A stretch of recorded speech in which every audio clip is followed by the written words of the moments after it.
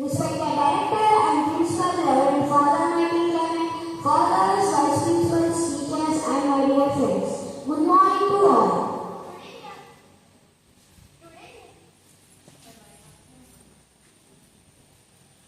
Today we are here to speak about Vande Mataram, a song that has been echoing in every Indian heart for more than a century.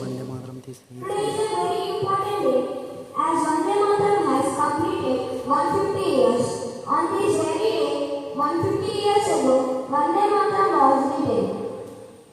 The whole of India is celebrating this proud occasion by singing it together at 10 a.m.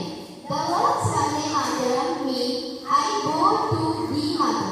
It was written by Bankim Chandra Chatterjee in 1875 in Sanskrit and Bengali. It was Rabindranath Tagore who first sang it publicly at the Indian National Congress session in 1896. During India's freedom struggle, this song became a powerful call for unity and courage. Freedom